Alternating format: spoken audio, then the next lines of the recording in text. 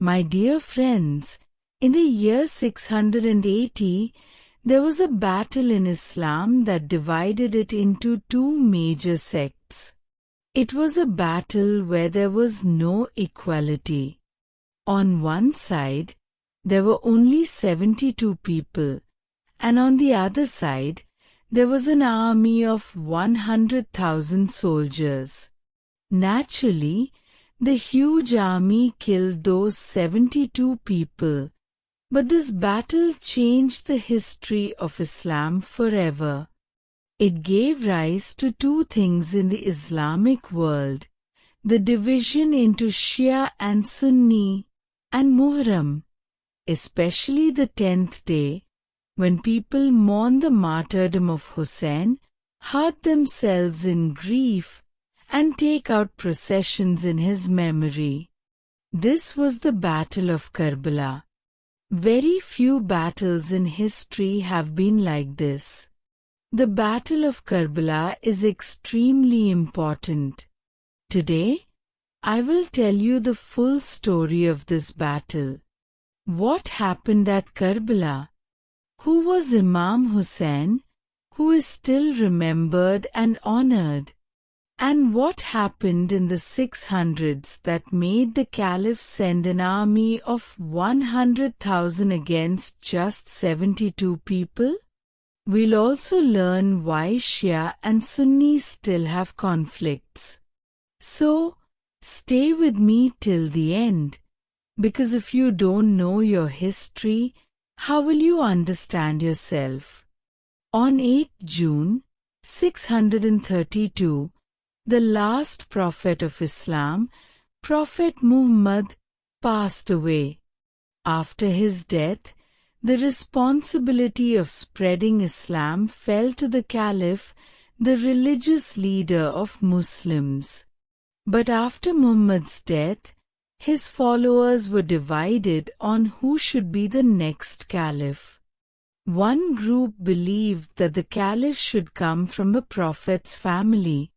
They supported his cousin and son-in-law, Ali ibn Abi Talib. The other group believed the Muslim community should choose its leader democratically and not follow a dynasty.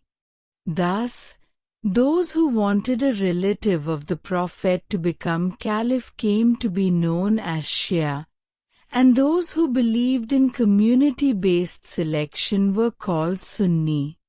The Sunnist view prevailed, and Abu Bakr became the first Caliph. After Abu Bakr, two more Sunni caliphs ruled, Umar and Uthman. These three ruled from 632 to 656. Finally, in 656, Ali became the Caliph. By then, he was quite old. But many Muslim groups didn't accept Ali. Especially Muawiyah, the governor of Syria and a relative of Uthman. Muawiyah had demanded justice for Uthman's death, which led to tension with Ali. Even the Prophet's widow Aisha opposed Ali and challenged him in the Battle of the Camel. These internal conflicts are known as fitna, which means civil war. Although Ali won that war, his position weakened significantly. Then, in 661, while going for prayers, he was assassinated. These events set the stage for the Battle of Karbala. After Ali's assassination, a major rift emerged in Islam. Muawiyah, the Syrian governor, ended the rule of the Rashidun caliphs, the four rightly guided caliphs, Abu Bakr, Umar, Uthman, and Ali. He then founded the Umayyad Caliphate. After Ali's death, his son Hassan briefly took over leadership. But to stop more bloodshed, He signed a peace treaty with Muawiyah in 661, giving up power on the condition that Muawiyah would rule justly and not start a dynasty. The treaty helped stop the fitna for some time. But in 670, Hassan died. His brother Husain became the chief of the Banu Hashim tribe in Kufa, a city in modern-day Iraq. Banu Hashim was also the tribe of Prophet Muhammad. The people of Kufa supported Husain. But then came a major twist. In 676, Muawiyah declared his son Yazid as his successor, breaking the treaty. According to historian Wilfrid Ferdinand, such dynastic succession had never happened in Islamic history before. This move angered many, including Husain, who refused to accept Yazid's rule. Muawiyah died in 680, and the Umayyad Caliphate officially began under Yazid. Historian Lemons notes that before his death, Muawiyah warned Yazid that Husain and Ibn al-Zubair might challenge his rule and advised him to deal with them carefully, especially not to harm Husain, the Prophet's grandson. Yazid was widely seen as a corrupt and cruel ruler. He demanded allegiance from Husain, but Husain refused, as Yazid openly disrespected Islamic values. So, Husain left Mecca for safety. While he was there, the people of Kufa sent him thousands of letters, pleading for help. They told him they were suffering under Yazid's rule and wanted Husain to become their leader. Moved by this, Husain decided to go to Kufa and help them. On 9 September 680, one day before Hajj, Husain left Mecca with his family and 50 followers. His cousin Abdullah ibn Zafar and others tried to convince him to return for his safety, but he refused, saying the Prophet had appeared to him in a dream and told him to keep moving forward, no matter the outcome. Despite warnings, Husain continued toward Kufa. But before he arrived, Yazid's governor Ubaydullah ibn Ziyad reached Kufa and crushed the rebellion. The people of Kufa, fearing Yazid, abandoned Husain. Now Husain was alone. A 1,000-strong army stopped him. They gave him two choices: either accept Yazid as caliph or face war. Husain refused, saying he wanted justice and reform in Islam. With only 72 people, including family, Husain prepared to fight a force of 100,000. He believed truth would prevail.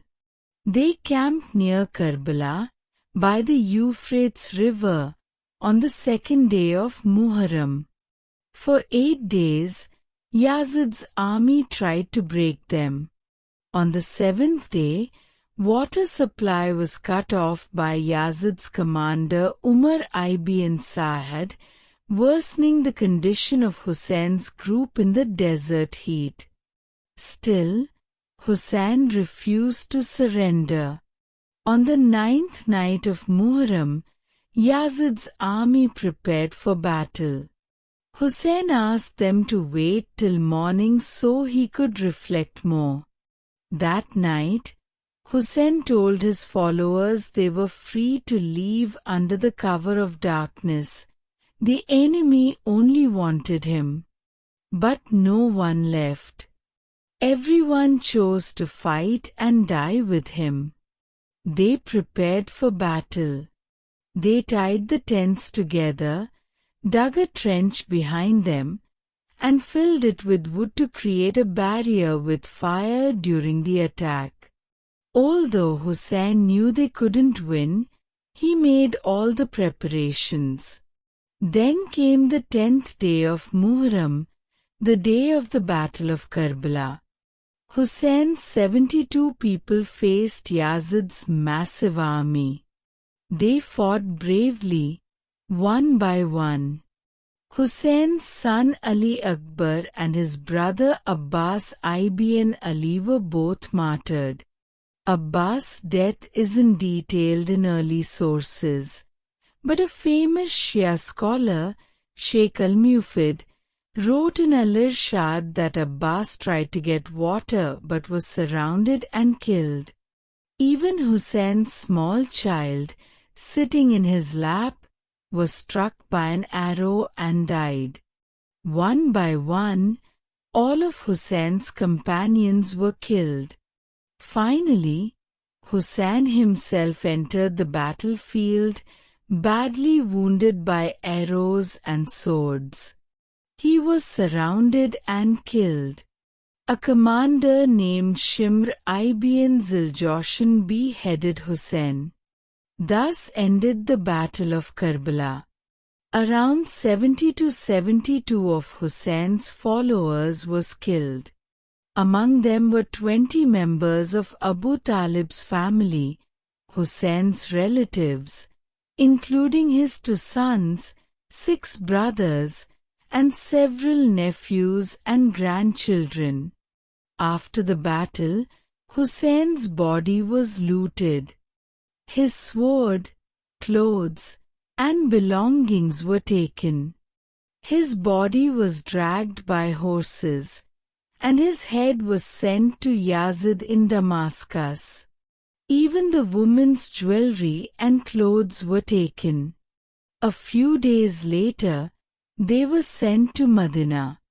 Friends, the Battle of Karbala may have ended, but it began a never-ending divide, the Shia-Sunni conflict.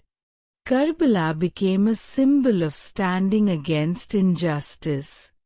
After Husain's death, many rebellions rose against the Umayyads, eventually leading to their downfall. Even today, on the 10th of Muharram, people mourn Husain's martyrdom and express sorrow for his brutal killing. So, friends, this was the story of the fight between Shia and Sunni and of the historic Battle of Karbala. How did you find the story? Do comment and let us know. Don't forget to like and share the video, and for more such historical stories, do subscribe to our Thav Curiosity channel. Thank you.